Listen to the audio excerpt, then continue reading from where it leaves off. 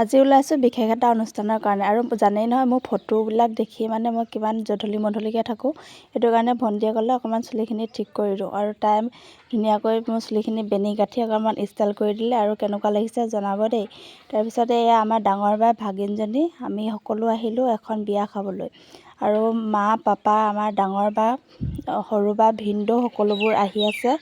আৰু যিহেতু মোৰ পাতি লোৱা দাদা আছিলে, সেই দাদাৰ আজি ৰিচিপশ্যন আছে আৰু সেই তালৈ বুলি আমি সকলো আহিলোঁ। আৰু পাতি লোৱা যদিও মানে একদম আমাৰ ঘৰৰ নিচিনাই, তেজৰ সম্পৰ্ক নহ'লেও মানে বহুত মিলা প্ৰীতি আৰু সেইটো কাৰণে এৰিব নোৱাৰি সকলোবোৰ আহিলোঁ বিয়ালৈ বুলি। এয়া বিয়া ঘৰ আহি পাই গ'লোহি আৰু ৰাতিৰ বিয়া যিহেতু এতিয়া মানে ইমান মানুহ হোৱা নাই আৰু আমাৰ ৰাতি অসুবিধা হোৱাৰ কাৰণে আমি দিনতে আহিলোঁ সকলোবোৰ।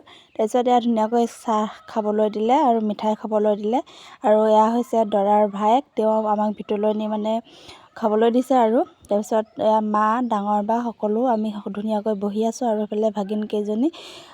তাৰপিছত এইফালে হৈছে আকৌ দাদাৰ মাক, মানে তেওঁলোকৰ বিয়া যিহেতু ৰাতি সেইকাৰণে তেওঁ ৰেডি হোৱাই নাই, মানে বেয়াকৈ আছে। তেওঁ আছে মোক ভিডিঅ' নবনাবি দেই, মই বেয়াকৈ আছোঁ। আৰু মই বোলো একো নহয় দিয়ক অকণমান বনাই দিওঁ, সেইকাৰণে অকণমান বনাই দিলোঁ। এয়া হৈছে দৰাৰ মাক, এইফালে হৈছে আমাৰ দৰা কইনা সকলো ধুনীয়াকৈ মানে বহি আছে।